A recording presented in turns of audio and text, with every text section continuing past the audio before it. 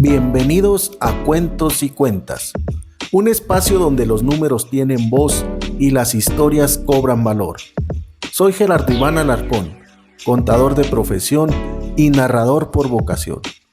En este podcast te invitamos a explorar el mundo de las finanzas, la administración y el emprendimiento desde un lugar distinto, el de la experiencia, la reflexión y la utilidad práctica. Cada semana encontrarás entrevistas con expertos, herramientas útiles y relatos que te ayudarán a entender que detrás de cada número hay una historia que merece ser contada. Esto es Cuentos y Cuentas, donde las cifras también tienen alma. Bienvenidas y bienvenidos a Cuentos y Cuentas, un espacio donde exploramos las historias detrás de las decisiones que transforman comunidades, negocios y vidas. Hoy tengo el honor de recibir a una gran amiga, una gran mujer que ha caminado en la política desde distintas trincheras. Ha sido diputada federal, delegada de Conducef, Guadalupe Pérez Domínguez, la licenciada Lupita para los amigos, subdirectora regional de bienestar hasta hace poco, y ahorita con un nuevo proyecto, ¿no?, a nivel estatal. Sí, buenas tardes Gerardo, buenas tardes a todo el auditorio. Ahorita tenemos la encomienda del programa de vivienda para el bienestar en el estado de Chihuahua. Coordino los esfuerzos que en este momento lleva la Secretaría de Bienestar en coordinación con el Infonavit. Ajá. Un programa por demás interesante, lo documentamos ahorita detrás de cámaras. Pues más adelantito ahí en la entrevista nos platicas un poquito de qué se trata. Claro que este programa. Lupita, toda historia tiene un punto de partida, y en la política ese origen suele estar marcado por la vocación y por las raíces. ¿Qué te motivó a entrar en la política tan joven como lo hiciste? Pues tenía 14 años, 15, en la secundaria, saliendo de la secundaria. Pues mira, vengo de una familia donde ha habido gente incluida o inmiscuida en la política. Mi tío Enrique Pérez González fue diputado federal, en paz descanse mi tío, un referente para nosotros de toda la vida. Él fue muchas cosas importantes, fue el primer director nacional del Banco de Crédito Rural de entonces. ¿Del Banrural? Sí, fue el primer director nacional, fue director de la ANAXA, lo que era la Aseguradora Nacional Agrícola. Mi tío fue embajador o agregado agrícola en la Embajada de Estados Unidos en Washington, D.C., en Argentina, en varios países. Entonces él era una persona de la que se escuchaba mucho hablar en casa, mi hermano, mi padre, en paz descanse, y pues muy solidario siempre con la familia, en términos incluso hasta económicos, por qué no decirlo. Javier, mi hermano, muy inmiscuido también en la actividad política del lado del ingeniero Jorge Castillo. Meche, mi hermana, que también le encanta la política. Consuelo, no se diga. Pero más allá de eso, a mí me gustó mucho la labor social, el gestionar cosas, el poder apoyar a personas, el poder tocar puertas para que a alguna persona se le resolviera alguna situación de urgencia, una despensa, un medicamento, cosas como esas fueron las que a mí me motivaron a la política, y entré pues muy chica a participar del lado de una gran amiga que en paz descanse, Marisol Heredia, del lado de Astolfo Parra, de Juan Paredes en aquel tiempo, pues en el Frente Juvenil del PRI, de Mavi, del Villar Orozco, Manuel de la Rosa, bueno, pues una serie de personajes que ahora ya somos adultos, pero que siguen vigentes en la política. Nos ha gustado. Y ahí te conocí a ti también en las líderes juveniles, ¿verdad? Como estudiantes, luchando por las causas de los estudiantes. Pues eso es básicamente lo que a mí me motivó a empezar, y pues es como un gusanito que se te mete en la piel y ya no es fácil. Sí, yo intentaba muchas veces separarme, aislarme, cambiar un poco, y no puedo porque te hablan, porque te jala, porque dices, ¿cómo puedo permanecer inerte ante tantas cosas que ves y que pasan y que puedes aportar un granito de arena o hasta alzar la voz para cambiar alguna realidad? Entonces son las cosas que a mí me han motivado a estar y a continuar en la política. Además de que se hacen muy buenos amigos, es una universidad, es una formación la que adquieres, la cosa pública, que es básicamente lo que la política demanda o es, pues es muy importante, no podemos estar aislados, no podemos permanecer al margen o indiferentes. Sí, pues tenemos que resolver nuestras cuestiones familiares, personales, económicas, pero no debemos sustraernos de lo que pasa en la colectividad, porque pues eso va a ser mañana motivo de muchas cosas buenas o malas. El desentenderse de la política es lo que nos ha ocasionado de cierta manera pues muchos atrasos, muchos vicios, corrupción, muchas cuestiones que aprovechaban los huecos algunas gentes para hacer mal uso de la praxis política, ¿verdad? Entonces, ¿verdad? Yo pienso que no debemos permanecer al margen. De una u otra manera, los ciudadanos todos debemos participar en la política. Apartidistamente, opinando, apoyando, aportando, resistiendo causas. Por ejemplo, yo lo veo con las organizaciones de la sociedad civil, cómo ayudan y cómo apoyan. Eso es política. Mucha gente dice, a mí no me interesa la política. Eso es política, el poder construir mejores condiciones de vida para todos. Y es que finalmente, pues, en una democracia eso debería de ser. Pues sí. Yo digo como la frase que decían por ahí, ¿no? Que la democracia no admite calificativos. Y ahorita está muy de moda que la democracia participativa, la democracia representativa y otras tantas cosas que le ponen a la palabra para adornarla. Y pues la democracia es o no es. Entonces la participación ciudadana creo que es parte de la democracia y debe de ser, ¿verdad?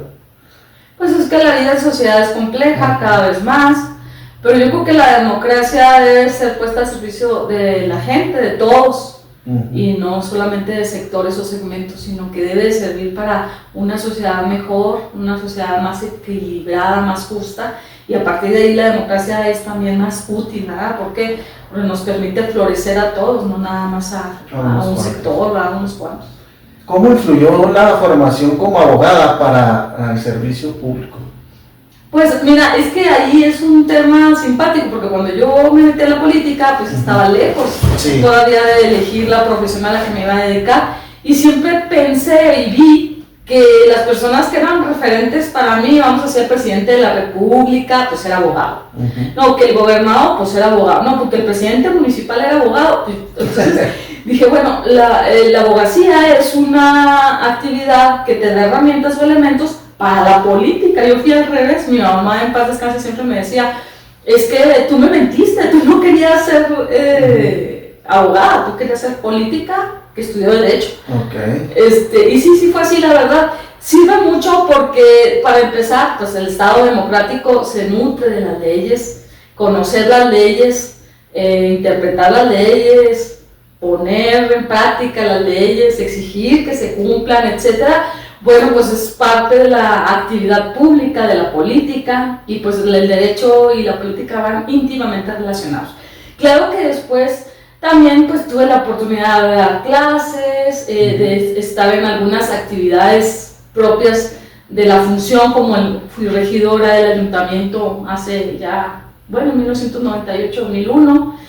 ¿Primero fuiste de gobernación o...? No, primero fui regidora. Ah, ok, es que no recordaba. Sí, fíjate, y ya viejita, ya de tantos, 25, 26 años. Y en ese tiempo fui la regidora más joven que había habido en el ayuntamiento, lo que quiere decir que los jóvenes fuimos más lento en otros tiempos para la participación. Hoy se ven más jóvenes, aunque también hay que abrirles más oportunidades. Después de que fui regidora, junto con eso fui diputada federal suplente de este 7º distrito, que era una composición muy amplia, 21 municipios del estado. Nunca entré en funciones, pero apoyaba al diputado titular. Era Jorge Esteban. Jorge Esteban, exactamente. Lo apoyaba con la gestión, a recibir a la gente, en ser ese puente de comunicación. Tú sabes que un suplente pues no gana un ingreso, no tiene una función específica, pero ahí él me daba cancha para yo ir fogueándome, conociendo a la gente. Además cumplir las promesas que hicimos, porque pues, fue una campaña muy extensa y de mucho trabajo. Y cuando terminé la actividad como regidora en el ayuntamiento, don Israel Beltrán Montes, en paz descanse, me invitó a ser jefa de gobernación del municipio. y pues mira, aplicar la ley. Una ley bastante mal hecha, en mi opinión, en aquel tiempo, la ley de alcoholes, que le llaman. Después ya se modificó y está un poco mejor, pero pues aplicar la ley, saber aplicar la ley y buscar que los establecimientos que expenden, distribuyen, etcétera, bebidas alcohólicas lo hagan dentro de un margen de la ley. Y todo lo que gobernación ve, ¿verdad? Todo lo que es el comercio informal, el sexo servicio, una serie de tópicos que se ven en esa dependencia que definitivamente, si no hubiera sido abogada, pues muy difícilmente lo hubiera podido llevar, porque sí se requiere el conocimiento del Estado, del derecho, y hacer que el Estado de Derecho se cumpla. Ahora entiendo por qué tienes tantas tablas, pues te fogueaste con políticos de mucha talla, de mucho talante, pues como Jorge Esteban Sandoval, el profe Mario Tarango, el profesor Israel Beltrán, ¿verdad? Que yo digo que son políticos de mucha formación. Sí, a mí me tocó una generación de políticos de primera línea, con todos sus claroscuros. Como todos. Sí, empezando por mi tío Enrique, ¿verdad?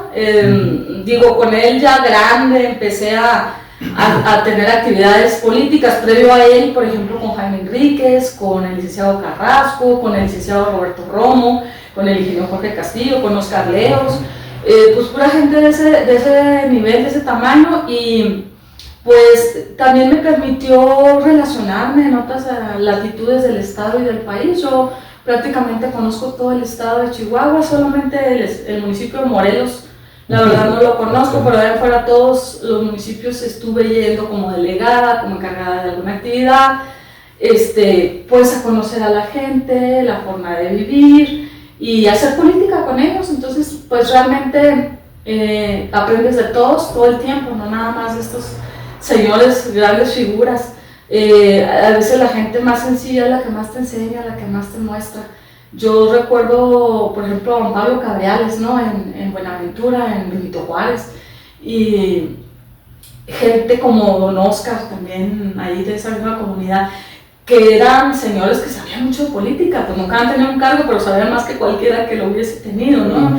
Y te decían cómo, y te decían, la verdad es que aprende uno de todos, y es ese bagaje que finalmente traemos atrás, ¿no? El aprendizaje que te decía ahorita, es una universidad la política. Es una universidad. Sí, así es. Parece que algo de eso en la actualidad se ha perdido, ¿no? Mucho, es que los cargos para muchas personas han sido otra cosa y se desvirtúa el sentido de la política, el de construir, el de hacer cosas por el bien de todos, y pues lo ven como un escaparate, una manera de obtener dinero. La política bien llevada no te da dinero, o sea, te permite la honrosa medianía, pero si tú eres una persona que se conduce con rectitud de conciencia, sin meterle la mano al cajón, sin hacer cosas indebidas para obtener algo que no te corresponde, la política no es para hacerse rico, y mucha gente se ha metido, y hemos visto que desgraciadamente sí les ha servido para eso. No les importa los atrasos sociales, no les importa ni el escarnio público, y no les importa muchas veces, por ejemplo, hasta estar sometidos a algún proceso de orden penal o administrativo por ese tipo de conductas. Entonces, la política ha cambiado por eso, porque no hay principios, porque no hay valores, porque no hay, pues a veces hasta yo, perdón por la expresión, porque nada no debiera ser propio, pero temor de Dios. Y esas son cosas que han afectado mucho a la práctica sana de la política. Y eso pues ha permeado en la sociedad para que esta actividad se vea como algo sucio, ¿no? Es que sí lo está haciendo en muchos casos, afortunadamente no es todos. Las generalidades a mí no me gustan, precisamente porque hay excepciones muy honrosas y esas son las que salvan la situación. Entonces lo que tiene que hacer la gente, lejos de desanimarse, sí es seguirlo señalando.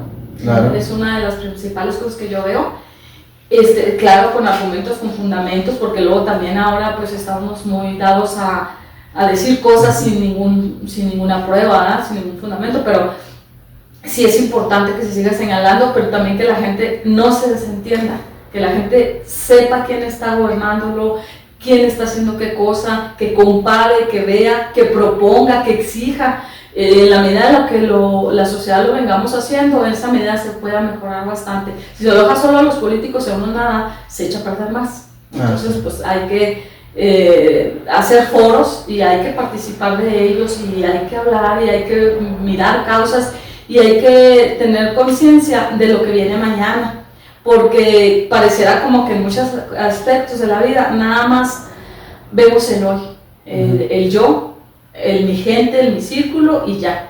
Pero no tenemos conciencia de futuras generaciones, no tenemos conciencia en muchos sentidos, ¿verdad? De que las generaciones que vienen van a encontrar en qué condiciones el mundo, el planeta y todo, ¿no? Si a nosotros ya estamos con dificultades serias, imagínate otras generaciones, tus hijos, mis sobrinos. Yo no tengo hijos, pero mis sobrinos, ya tengo bisnietos, o sea, ya soy tía abuela, ¿no?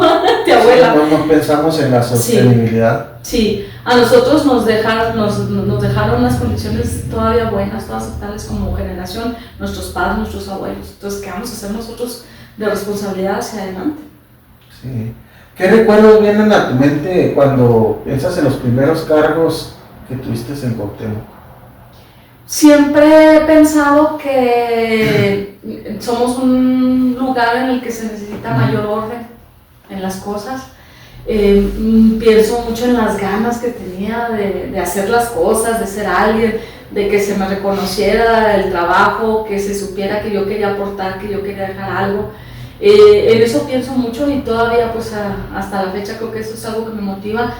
Tener un área de oportunidad para hacer cosas que me permitan a mí crecer como ser humano, como persona, como político, pero también a mi sociedad, a donde yo convivo, a donde yo estoy, que le permita ser una mejor sociedad. Esas son las cosas que me motivan de participar.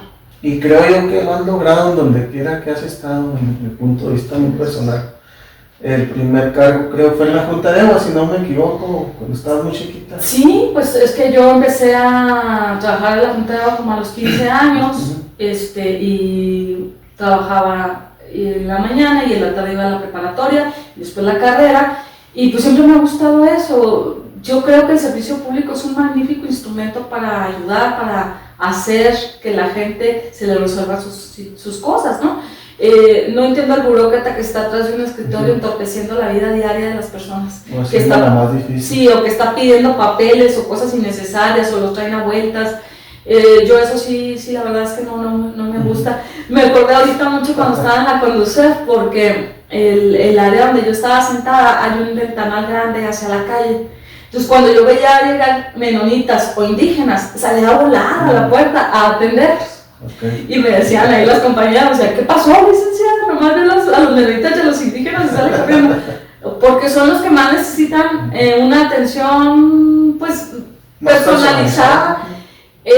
Conducef es una gran institución, una noble institución, pero muy limitada en cuanto a recursos humanos. Entonces la delegada sentada y los demás en carrilla, pues no, entonces yo salía mucho a apoyar a mis compañeros a atender al público, sobre todo cuando se saturaba o cuando llegaban personas de las etnias indígenas, porque ellos batallan hasta para expresarse, para que los entendamos, para entendernos. Entonces trataba yo siempre de ser más solidaria con esas personas. Y me daba mucha risa porque me decían, es que anda haciendo campaña. Entonces digo, se hace campaña hasta, toda la vida se hace hasta la banqueta de la casa, no sé si eso es lo que quieres. Pero lo que me gustaba era eso, que vieran una persona dinámica, una persona activa y una persona accesible. Y eso es lo que he tratado siempre de hacer donde he tenido la oportunidad de servir. Okay. Lupita, toda historia tiene un punto de partida y en la política ese origen suele estar marcado por la vocación, por las raíces. ¿Qué te movió a entrar a buscar el voto popular en los cargos? Joder, la verdad es que siempre en la actividad, pues te digo, hacíamos gestión, hacíamos de todo, ¿no? Éramos multifuncionales, pero cuando Jaime Enríquez fue candidato a la alcaldía, el licenciado Beto Romo, presidente del partido, como yo había sido electa en un proceso democrático en el Frente Juvenil, lo que nunca había habido una elección abierta. Era el dedazo, ¿no? Sí, todo era dedazo, y ahí fue abierta, competimos la licenciada Corina Quesada, que le mando un abrazo, y yo fuimos las contendientes. Pues el auditorio estaba completamente lleno de jóvenes, fueron más de 3,000 jóvenes, o sea, ¿de dónde los sacamos? No me preguntes. Era impresionante aquello. El poder de convocatoria. Le gané, me parece que por 6 votos, o sea, estuvo súper apretado. Entonces eso me dio mucha legitimidad y mucha fuerza. Okay. Y fue a partir de ahí que me propusieron como candidata a regidora. Entonces, pues tú sabes que el regidor es electo por el pueblo junto con la planilla entera, desde el presidente, su suplente y los regidores. Y pues fui campañas y campañas y campañas acompañando a gente a tocar la puerta, a tocar corazones, a hablar con las personas, a convencerlas, a llevarles las propuestas, a reír con ellos, a llorar con ellos, de todo, ¿no? Nos tocó que nos echaran agua caliente porque ya no creían en el político con el que íbamos, porque la verdad así fue. Y de todo, ajá, pero el contacto con el ciudadano, con la gente y con los problemas, te forma, te va dando una visión de dónde está el problema, cuál es la posible solución. La misma gente la conoce, de hecho, la gente te dice, mire, si aquí hicieran una zanja y esto y esto. Eso me motivó mucho y realmente no sé, me daba miedo aparecer yo como una figura al frente, o sea, como que estaba acostumbrada siempre a estar atrás. Y cuando me nominaron candidata a la Diputación Federal por este distrito en el 2009, la primera mujer. Sí, realmente fui la primera mujer electa, pero también fue el primer cargo en el que yo directamente sola fui al ciudadano a pedir el voto y la confianza. Me decían mucho que iba a perder porque era un distrito rural, que porque los machos, que porque las mujeres no, y realmente pues es que me fue muy bien, gracias a Dios, con el resultado. La gente se portó muy bien conmigo y yo pues procuré corresponder, pero la verdad es que sí me gusta mucho estar atrás, me gusta más operar, me gusta más ayudar, hacer cosas, que necesariamente yo ser la cabeza, porque cada vez la política tiene más desafíos, algunos no muy limpios, y yo la verdad sí trato de conducirme con eso, ser derecha, y cuando ves las herramientas o elementos con los que muchos quieren ganar o ganan, pues yo sí ahí sí doy un paso hacia atrás, porque a mí sí me gusta la política limpia, sí me gusta la política que construye, la que se hace con voluntades y la que no tiene compromisos insanos. Entonces pues... Porque amarra las manos al momento de ejercer el poder. Sí, amarra las manos, amarra la boca y compromete la administración pública y compromete el futuro de la gente. Licenciada, en la vida pública hay etapas que marcan, enseñan, también confrontan. Me imagino que el paso por el Congreso que mencionas ahorita fue una de ellas. ¿Cuál fue el mayor aprendizaje dentro de esta etapa? Cuando yo pedí el voto en el 2009, yo le decía mucho a la gente en los eventos, siendo no soy romántica, sigo siéndolo soñadora, utópica, y seguiré siéndolo, yo creo que hasta el día que me muera. Yo le decía a la gente que quería ir a construir patria. Es que yo quiero ir a hacer patria, quiero construir patria. Y cuando me tocó, por ejemplo, sí, eso es una locura, pero así es, cuando me tocó ser secretaria de la mesa directiva de la Cámara de Diputados, cargo que solamente creo yo he tenido de esa región, no del estado, no me acuerdo. Creo que sí. Bueno, Salvador fue presidente, pero creo que Lidia Merodio me parece que también fue secretaria de la Cámara, no me acuerdo. El tema es que de esta región sí. La única mujer. Digo. Ajá. Y por ejemplo fui la primera secretaria, entonces todo ese año me tocó transitar con 3 presidentes diferentes. Con Emilio Schaffer Chamor en la primera etapa, luego después con Guadalupe Acosta Naranjo y después con un diputado de San Luis Potosí que ahorita no me acuerdo su nombre, del Partido Acción Nacional, de las 3 extracciones. Entonces transitar con los 3 pues no era fácil, ¿no?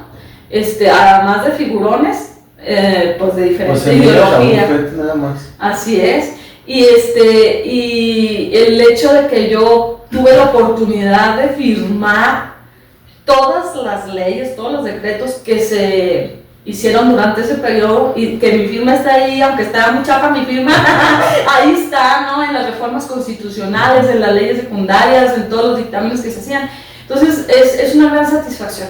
Pero yo creo que del ejercicio de la diputación fue aprendizaje todos los días. Que por ejemplo yo era una de las diputadas que más comisiones tenía. Normalmente un diputado federal tiene 3 comisiones, yo tenía 6. Trabajamos cosas muy interesantes como la reforma de derechos humanos, la reforma a la Constitución que se publicó en el 2011 y que todavía pues en términos generales sigue vigente, donde le da otro cariz distinto a lo que antes conocíamos como derechos humanos. La posibilidad de que los tratados internacionales nos obligaran al Estado mexicano, porque muchas cosas a veces de manera doméstica se hacen mal, pero hay otras experiencias internacionales que puedan ser mejores para eso, para que los derechos humanos sean garantizados. Fueron muchas cosas las que hice como diputada que me llenaron de gran satisfacción. Habrá gente que diga, no, pues no hizo nada, pero pues yo ahí tengo un librote, ¿no? Y sobre todo que todavía hay gente que me habla. Hace poco me hablaron de Nonuava, no era mi distrito, y oiga, es que aquí les estoy diciendo que usted nos ayudó a conseguir el dinero para este puente, y cosas que te dejan la satisfacción de haber cumplido, de haber hecho las cosas lo mejor que pudiste con tus limitaciones humanas que tienes, pero con toda la voluntad de sacar adelante proyectos, planes, jalar recursos, meterte de lleno a las cuestiones de presupuesto. Particularmente yo siempre me encargaba el tema del campo, ¿no? Sí, pues recuerdo que estuviste en la Comisión de Desarrollo Rural. Sí. ¿Qué retos viste para esta región, sobre todo, que es nuestra vocación económica? Recuerdo que todos los apoyos para acá los firmabas sin titubear, ¿no? Pues sí, pero mira, los retos que creo que todavía prevalecen, que eso es lo interesante y que es una oportunidad para los actuales diputados y futuros. Todavía el tema, por ejemplo, de la tecnificación del campo, de la necesidad, desde entonces nos metíamos, ¿no? Y nos daban dinero, pero pues a Sinaloa le daban así y a nosotros nos daban así. Esos son los retos más grandes, el tema de apoyar a los productores con programas, sobre todo a los productores sociales, ¿no? El tema de la comercialización. Yo creo que el campo es uno de los sectores que más necesita la solidaridad institucional y que la verdad sí se descuida bastante. En el norte somos productivos más porque la gente es terca, porque la gente es aguerrida, porque algo tenemos que vivir, ¿verdad? Pero realmente cuando ve uno las experiencias de otros estados, de cómo reciben apoyo, de cómo se maneja la cuestión agropecuaria, pues sí, la verdad nosotros estamos atrasadones. Pero el gran espíritu de la gente del norte es lo que hace que salga adelante la producción agropecuaria. Pues siempre somos vencedores del desierto, somos los que hemos arrancado a la tierra a base de esfuerzos lo que tenemos. Así es. Yo siempre he sostenido, Lupita, que cambiar de partido no es cambiar de ideales. A veces es buscar otro camino más congruente con nuestras convicciones. Voy a preguntarte algo muy personal. ¿Qué te llevó a cambiar o a renunciar del PRI después de tantos años? Dijiste una palabra que me llamó mucho la atención y que creo que lo describe. Cambiar de partido no es cambiar de ideales. Así es. Siento que el que cambió de ideales fue el partido. Cuando yo entré al PRI, los documentos básicos, la declaración de principios, todo lo que son los documentos que le dan vida y esencia a una institución política eran totalmente distintos. Eran de avanzada, eran progresistas, eran otro tipo de causas por las que se luchaba y se trabajaba. A medida que avanzaron los años y que pasaron el modelo económico, el neoliberalismo del que México tiene mucho tiempo tratando de salir, por los atrasos que nos ha dado, ¿verdad? Nos dio buenos resultados en ciertas cosas, pero muy pequeñas comparado con los grandes atrasos. Entonces, la que cambió no fui yo, el que cambió fue el PRI. Realmente yo no me sentí identificada con las causas, porque ¿cómo vas a estar de acuerdo en que se privatice la industria eléctrica? Yo voté en contra. Entonces me voltean y me veían como, ¿qué pasó aquí, no? Yo no considero que la política deba de haber corrupción, que el símbolo de la actividad política sea la corrupción, y en el PRI la verdad es que por lo menos en los últimos años, y digo, me hago cargo al menos del 2010 a la fecha, pues no hemos visto nada propositivo, nada constructivo, nada diferente, nada nuevo. Yo sufrí mucho y batallé mucho para cambiar, porque por lo que decías ahorita, para mí es vocación, y ahí me formé, y ahí estaban mis amigos, o ahí están incluso muchos de mis amigos, ahí recibí oportunidades, traté de estar siempre a la altura de las circunstancias y de no hacer que nadie se avergonzara de mí, pero por el contrario, solamente en esta etapa vi gente sin escrúpulos, o sea, me refiero a las cúpulas, no a la militancia, no a la gente que hace al partido, pero realmente los que toman las decisiones. El abuso era la constante y digo, ahí están muchos botones, ¿no? No los voy a mencionar porque no tiene ni caso, pero la gente lo sabe. Y bueno, yo me salí del PRI en el 2017, 2018, fui a una asamblea y ahí se manifestó que no estaba de acuerdo con la manera en la que se estaban llevando las cosas. Y valientemente, porque hay videos donde tú de frente, como estás acostumbrada, se lo dijiste a la presidenta nacional en aquel entonces. A Claudio Ruiz Massieu, que hoy anda en el Partido Verde, mira, por ejemplo, ¿no? Y se lo dije a los exgobernadores, a quienes les debo una expresión de gratitud como Reyes Baeza, como Fernando Baeza, porque con ellos trabajé muchas cosas en la actividad, pero lo más difícil para mí fue decírselo a la militancia, porque estaba el salón lleno, ¿no? ¿Cómo podemos permitir que estén pasando estas cosas sin que haya una mea culpa, el reconocer los errores, el reconocer que se está mal y cambiar la actitud?